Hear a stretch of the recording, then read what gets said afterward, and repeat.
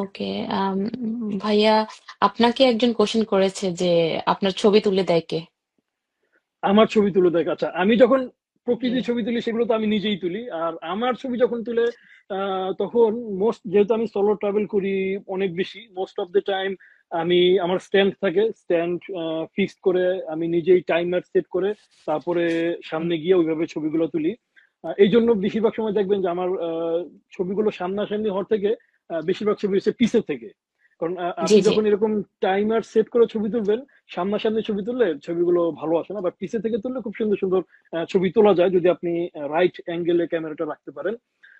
তারপরে কিছু কিছু সময় আছে যে আশেপাশে লোকজন থাকে, লোকজন থাকলে তাদেরকে রিকোয়েস্ট করি যে আমাকে একটা ছবি তুলে দেওয়ার জন্য। তো সাধারণত খুব কম পাইছি যে মানে এরকম রাস্তার মানুষ ভালো ছবি তুলে দিতে পারছে, এরকম সংখ্যা খুবই কম। অনেক সময় দেখা যায় যে বিশেষ করে চাইনিজদের মধ্যে, আপনি তো ট্রাভেল করতেন বিদেশে বেশি, তো চাইনিজ, কোরিয়ান, জাপানিজ ওই টাইপের যারা আছে, ওরা দেখবেন যে সবাই প্রফেশনাল ক্যামেরা নিয়ে খুব দৌড়াদৌড়ি করে এবং প্রচুর ছবি টবি তুলে। আপনি ওদের ভাবসাব দেখে মনে হয় যে এক একজন প্রফেশনাল ফটোগ্রাফার, বাট ওদেরকে দিয়ে যদি আপনি ছবি তোলান, দেখবেন যে কি রকম জঘন্য ছবি তোলে এক একজন। মানে এই ক্যামেরা ট্যামেরা গুলো সব হচ্ছে ভুং ভাং, বাট আসলে ছবি কিন্তু কিছুই তুলতে পারে না। এটা হচ্ছে বললাম। তবে মাঝে মাঝে কিছু কিছু যদি কোনো ট্যুর করেন, সাধারণত ট্যুর গাইড যারা থাকে তারা খুব সুন্দর ছবি তুলে দিতে পারে। যেরকম এই বলিভিয়া ট্যুরে, যেহেতু বলিভিয়ার যে সালার দিয়ে ইউনি গেছি, তারপরে আমরা আর একটা 3 দিনের ট্যুর করছিলাম। তো এই জায়গাটা জি। আপনি একা একা যাইতে পারবেন না, এটা ইম্পসিবল, একটা গাইড সঙ্গে থাকতে হবে। তো এই ট্যুরে গাইড সাথে থাকার কারণে খুব সুন্দর সুন্দর ছবি তুলে দিতে পারছে। আর আমার পাস্ট এক্সপিরিয়েন্স থেকেও বলতেছি যে গাইডরা সাধারণত, যেহেতু তারা প্রতিদিন এই কাজটা করে, প্রতিদিন গ্রুপ নিয়ে ট্যুরে যায় এবং প্রতিদিন তাদেরকে কেউ না কেউ রিকোয়েস্ট করে ছবি তুলে তুলে দেওয়ার জন্য, তো তারা ছবি তুলতে তুলতে মোটামুটি একটা ভালো ফটোগ্রাফার হয়ে গেছে সবাই। তো ট্যুর গাইড যদি আপনাদের সাথে থাকে, ট্যুর গাইডরা খুব সুন্দর ছবি তুলে দিতে পারবে। হ্যাঁ, এগ্রি আমি এটার সাথে। কারণ আমি যখন ইন্দোনেশিয়াতে গিয়েছিলাম বালি, তো আমাদের যে ড্রাইভার ছিল, তো ড্রাইভাররা তো মোটামুটি সব জায়গায় হচ্ছে ঘুরে আমাদের সাথে। তো তাকে আমি বলেছিলাম যতবার ছবি তোলার জন্য, তার ছবিগুলা এত বেস্ট, এবং সে জানতো যে কোন অ্যাঙ্গেল থেকেই ঠিক ছবিগুলা তোলা উচিত। তো আমি আমার আমার সাথে আমার হাজবেন্ড এবং ছেলে ছিল, ওদেরকে মানে ওরা যেই সব ছবি তুলেছে তার থেকে মনে হয় মাল্টিপল টাইম বেটার ছবি হচ্ছে ওই ড্রাইভারটা তুলে দিয়েছিল। তো জি, শিওর। অ্যাকচুয়ালি ওরা তো অনেক এক্সপেরিয়েন্সড, ওরা জানে যে কোন ডেইলি অ্যাঙ্গেল যায়, থেকে ডেইলি যায়। কিভাবে তুলতে হবে। হ্যাঁ, ডেইলি যায়। তো এবং আমি আসলে আপনার সাথে এটা এগ্রি। ভাইয়া, আপনাকে একজন তবে একটা কমেন্ট করে। একটা ফানি জি। ফানি বিষয় বলি কমেন্টের জি। আগে। জি। জি। ছবি যদি মানুষকে দিয়ে তোলান, মিশরে গেলে কিন্তু আবার অ্যাটেনশন থাকেন, মিশরে গিয়া কিন্তু যদি মানুষের দেন ছবি তোলার জন্য, তাইলে দুইটা ঘটনা ঘটতে পারে। একটা হচ্ছে যে ক্যামেরা নিয়ে দৌড় দিতে পারে, আর একটা হচ্ছে যে এটা হচ্ছে ওয়ার্স্ট কেস। আর বেস্ট সিনারিও হচ্ছে যে ছবি তুলে দেওয়ার পর আপনার কাছে টিপস চাবে। আম, এই জন্য একজন আমার হচ্ছে ভাইয়া, হুম। জি, জানতে চাচ্ছে যে ট্রাভেল করার সময় কোন বিষয়ে সবচেয়ে বেশি অ্যালার্ট থাকা প্রয়োজন। আর তার মধ্যে আমি আরেকটা কোশ্চেন, দেশ বিদেশের একজন মুসাফির ভাই লিখেছেন যে চমৎকার, অনুমতি দিলে আমি একটা প্রশ্ন করতে চাই। জি ভাই, অবশ্যই আপনি কোশ্চেন করতে পারেন আরাফাত ভাইকে। আর আহ, যে ভাইয়াটা মোহাম্মদ তারিক ভাইয়া হচ্ছে জিজ্ঞেস করেছে যে ট্রাভেল করার সময় কোন বিষয়ে সবচেয়ে বেশি অ্যালার্ট থাকা প্রয়োজন। কোন দেশে? না, না, না, কোন বিষয়ে, মানে ও আচ্ছা আচ্ছা, কোন কিসের বিষয়ে? আচ্ছা, থাকা। জি। অ্যালার্ট থাকে। আচ্ছা, ফার্স্ট অফ অল আমি বলবো যে অবভিয়াসলি এটা মানে maybe answer is very simple, সেটা হচ্ছে ডকুমেন্টস এর বিষয়। আপনার নিজের যে পার্সোনাল বিলঙ্গিং আছে, ডকুমেন্ট, তারপরে ক্রেডিট কার্ড, এই যে বিষয়গুলো আছে এগুলোর বিষয়ে খুব সেন্সিটিভ বিষয়। সবসময় অ্যাটেনশন থাকা উচিত যে এই বিষয়গুলো। যেমন আমি যেটা করি পার্সোনালি, আমি জানি না কেন বাংলাদেশিরা সাধারণত পাসপোর্টটা সঙ্গে ক্যারি করে। যেমন আমি যখন উজবেকিস্তান গেছিলাম, তখন আমার সাথে ফেসবুকে পরিচয় একটা ছেলে আছে, ওর সাথে বাংলাদেশে দেখা হয়েছিল, বাংলাদেশে আমি যখন গেছিলাম তখন মিট করছিল আমার সঙ্গে। তো তখন থেকে আবার সামনাসামনি পরিচয়। তো সে যেহেতু দুবাই থাকে, দুবাই থেকে উজবেকিস্তানে আবার অন অ্যারাইভাল ভিসা যায়। তো সে আমার সঙ্গে জি। উজবেকিস্তান ট্রাভেল করছিল। তো তাকে আমি সবসময় দেখতাম যে পাসপোর্ট সঙ্গে রাখতো।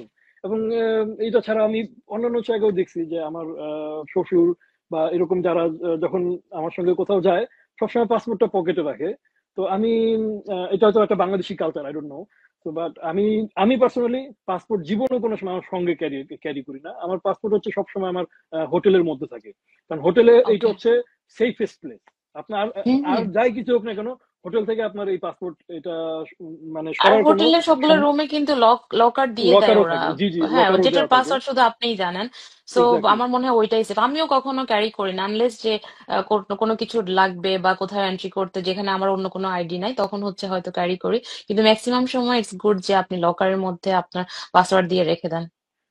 তারপরে আমি আরেকটা বিষয় যে আমার যেই টাকাগুলো থাকে, ক্যাশ টাকা থাকলে সব ক্যাশ নিয়ে আমি বের হই না। আমার একটা বাজেট থাকে যে এত টাকা লাগতে পারে, তার থেকে জি। সামান্য একটু বাড়ায় রাখি অতিরিক্ত, জাস্ট ইন কেস।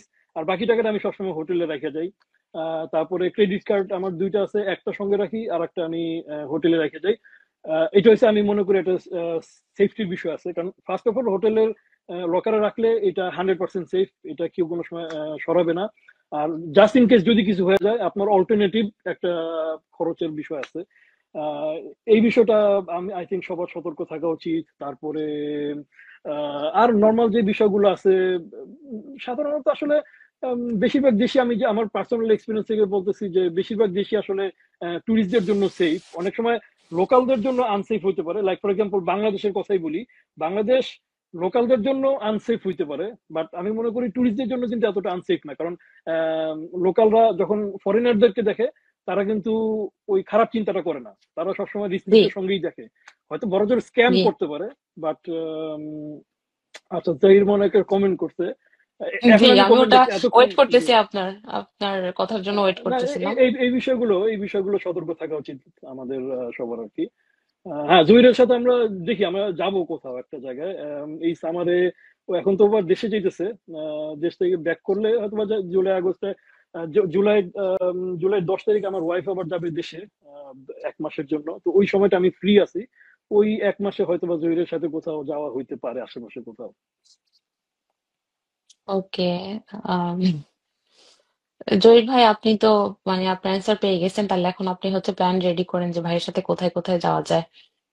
আমি গেলে আমাকে একটু সময় দিয়েন ভাইয়ারা, জি, দুইজন। অবশ্যই অবশ্যই, জি আমি জহির দুজনই আছি। You are always welcome. Thank you ভাইয়া। আম, ওকে ভাইয়া, আপনি এই যে ধরেন 46 কান্ট্রিতে গিয়েছেন, তো আপনার কি এমন কোনো এক্সপেরিয়েন্স আছে যেখানে ধরেন ইমিগ্রেশন আপনাকে হোল্ড করে রাখছে, বা কোনো একটা প্রবলেম ফেস করেছেন, বা আপনাকে এন্ট্রি দিচ্ছিল না, কোনো একটা ঝামেলা হয়েছে, সেটা যদি আমাদের সাথে একটু শেয়ার করতেন। আচ্ছা, এই যে একজন কমেন্ট করছে যে আরাফাত ভাই ফুটবল ত্যাগ করে ট্রাভেল করেন। না, ফুটবল ত্যাগ করি নাই। ফুটবল তো এখন ফ্যামিলি মানে বাচ্চা হওয়ার পরে আগের মতো প্রতি মানে সবগুলো ম্যাচ দেখা সম্ভব হয় না, বাট আমি যে ক্লাব সাপোর্ট করি সেই ক্লাবের প্রত্যেকটা ম্যাচ এখনো দেখি। এবং কালকে ফাইনাল ম্যাচ আছে, কালকে একটা স্পেশাল ভাবে আমরা দেখার জন্য যাইতেছি একটা জায়গায়। তো যাই হোক, ওইটা আমাদের আজকে যেহেতু আলোচনার বিষয় না। ইমিগ্রেশনের যে বিষয়টা বলছেন, আম, যেহেতু আমার পাসপোর্ট ইতালিয়ান, তো লাকিলি আমার কোথাও ঢুকতে কোনো সময় কোনো সমস্যা হয় না। বাট শুধুমাত্র বের হওয়ার সময় সমস্যা হয়েছিল আপনার ইসরায়েলের তেল আভিভ এয়ারপোর্টে। এটা আমার মানে এয়ারপোর্ট এক্সপিরিয়েন্সের কথা যদি বলেন, তাহলে এটা হচ্ছে আমার লাইফের ওয়ার্স্ট এক্সপিরিয়েন্স। আপনার আমি যখন রিটার্ন করি তখন জি। ফার্স্ট অফ তেল আভিভ এয়ারপোর্টে গেলে দেখবেন যে এয়ারপোর্টে ইমিগ্রেশনে ঢুকার আগে একটা কাউন্টার আছে। প্রত্যেকটা প্যাসেঞ্জারকে ওই কাউন্টারে যাইতে হয়। তো তারপরে ওই কাউন্টারে যাওয়ার পরে ওরা একটা শর্ট ইন্টারভিউ নিবে। এবং আপনি মানে আপনার রিলিজিয়ন, তারপরে আপনার প্রোভেনিয়েন্স, আপনার পাসপোর্ট এবং আপনার অরিজিন, এই সব কিছুর আলোকে ওদের প্রত্যেকটা ক্যাটাগরির জন্য ডিফারেন্ট কোড আছে। তো যদি মুসলিম ক্যাটাগরিতে হয়, একটা একটা কোড আছে, তো ওই কোড আপনার পাসপোর্টের পিছাতে স্টিকার লাগাই দিবে। তো আপনি যত জায়গায় যাবেন আপনাকে ওই কোডটা দেখাইতে হবে। এবং ওই কোডটা দেখানোর সাথে সাথে ওদের ট্রিটমেন্ট টোটালি ডিফারেন্ট থাকে। তো আমার মনে আছে, আমি জানতাম আগে থেকে, আমি রিসার্চ করছিলাম যে এরকম হইতে পারে। তো এই জন্য আমি জানতাম যে এরকম সমস্যা হবে। এই জন্য আমি 4 ঘন্টা আগে এয়ারপোর্টে গেছিলাম। সাধারণত ওকে। 2 ঘন্টা 1.5 ঘন্টা আগে গেলে হয়ে যায় আমার, বাট জি। ওই দিন আমি 4 ঘন্টা আগে গেছিলাম। আহ, বিকজ জানতাম যে এরকম কিছু একটা হইতে পারে। তো আমাকে একটার পর একটা জায়গায় শুধু থামাইতেছিল। তারপরে লাস্ট একটা কন্ট্রোলে নিয়ে গেছে, ওখানে শুধু শুধু বসা রাখছে কোনো কারণ ছাড়া। আমার একদম সবকিছু চেক করছে, মানে প্যান্টের পকেট, মোজা খুলা চেক করছে।